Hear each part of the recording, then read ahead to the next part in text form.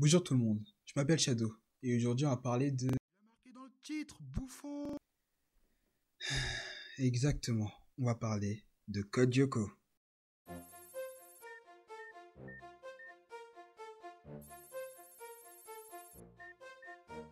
Ah je sais, ça vous rappelle des souvenirs ce putain de générique.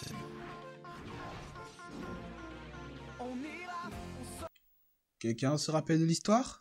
Non? Alors petite piqûre de rappel.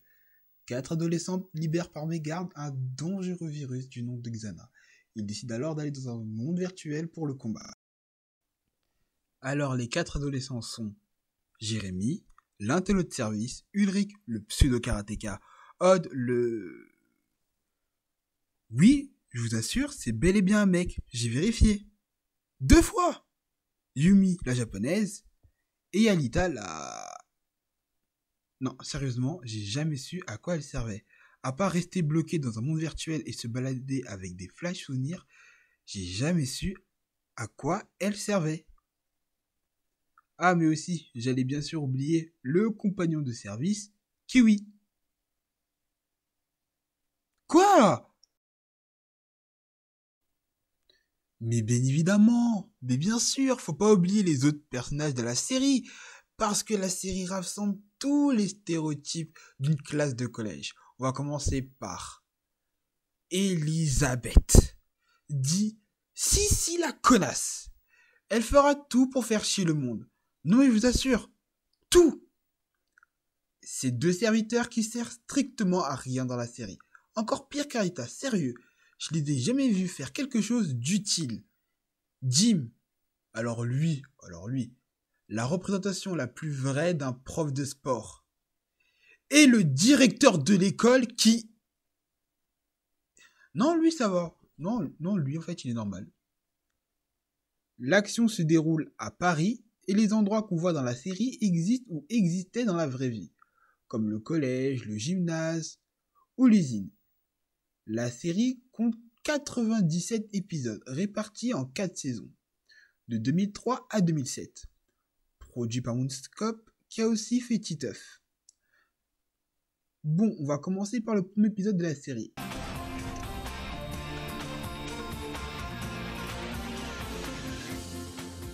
Aelita, ici c'est Jérémy. Tu me reçois? Salut. On soupçonne Xana d'avoir lancé une attaque. Je me suis trompé d'épisode? Ah non, je confirme, c'est bien l'épisode 1 de la saison 1. Donc même pas, il montre comment les gamins ont trouvé Yoko et tout ça. Mais c'est complètement con leur truc. Alors, pour la petite anecdote, ils ont bien fait un épisode spécial en 2 parties pour expliquer comment l'histoire a débuté. Mais dans la saison 3, ça veut dire qu'ils ont attendu 2 putains d'années pour juste expliquer le début de tout ce bordel.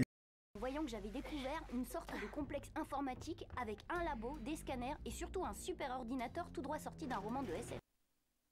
Donc le gosse va dans une usine désinfectée et trouve un super ordinateur. Non, parce que moi je fais la même chose. Je trouve des tags, des aiguilles et le SDF du coin.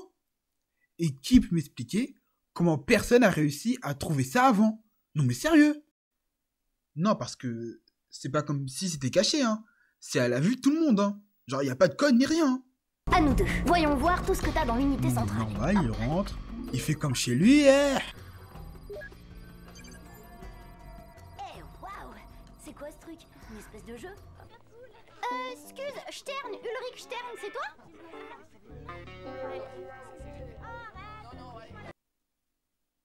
Non mais, je vous assure.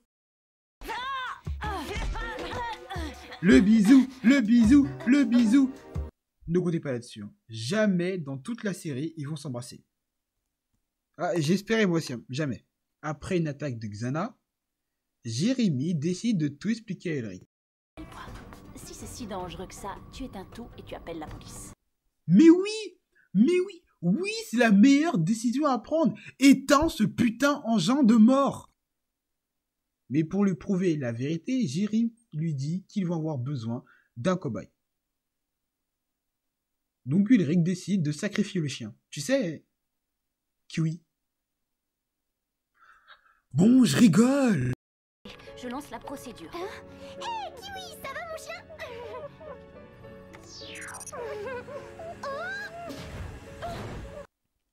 Je soupçonne le chien d'avoir fait exprès. Après être arrivé sur Yoko, ils font la rencontre des sbires. Juste au calme, pendant ce temps, Jérémy se fait attaquer dans le monde réel. De retour sur Terre, il décide de laisser du temps à Jérémy pour amener Alita sur Terre. Pour la... Bref. Mais c'est sans compter sur le bon sens de Sissi qui décide de prévenir les adultes. Sissi, la connasse de service. Après, comme d'hab, ils font retour vers le passé et sauvent la situation. Les épisodes restent très classiques, les héros s'amusent, Xana attaque, ils doivent aller sur Yoko pour arrêter ça, ils arrivent à vaincre Xana et fin d'épisode.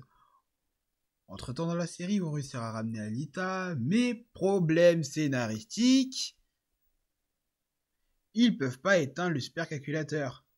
Il y aura un nouveau dans la bande du nom de William qui se fera contrôler par Xana pendant toute la saison 4, et aussi, il change enfin de vêtements. Wow! Après 3 saisons.